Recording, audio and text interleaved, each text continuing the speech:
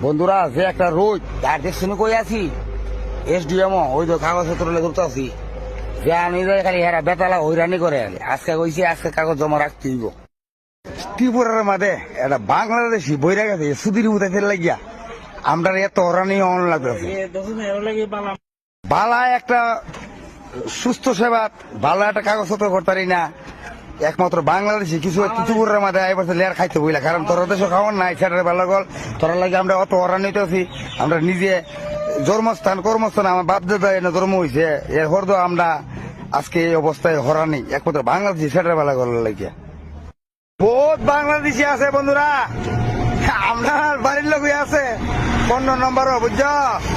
বাপ দাদার ঠিকানা নাই জীবন চিনি না দেখছি না এরা আমরা থেকে বড় বড় কাগজ করে আছে কেটা করে দিয়েছি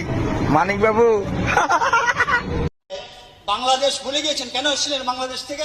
বলুন দীপঙ্কর বাবু বলুন আপনারা যারা আছেন বাংলাদেশ থেকে রাতের অন্ধকারে কেন পালিয়ে এসেছিলেন কেন পালিয়ে এসেছিলেন বাংলাদেশে এখানে কি জমি ছিল না এখানে আপনার যে পৈতৃক সম্পত্তি ছিল সেখানে জমি ছিল গোয়াল ভরা ধান ছিল দুধ ছিল গাই ছিল গরু ছিল মাছ ছিল সব কিছু ছিল না কোনটা ছিল না মনে করুন ইতিহাসকে ভুলে যাবেন না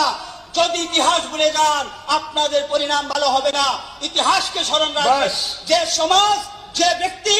ইতিহাস ভুলে যায় তার পূর্বজও ভুলে যায় সে কোনোদিন সমাজে টিকে থাকতে পারে না একবার নিজের বিবেককে জিজ্ঞাসা করে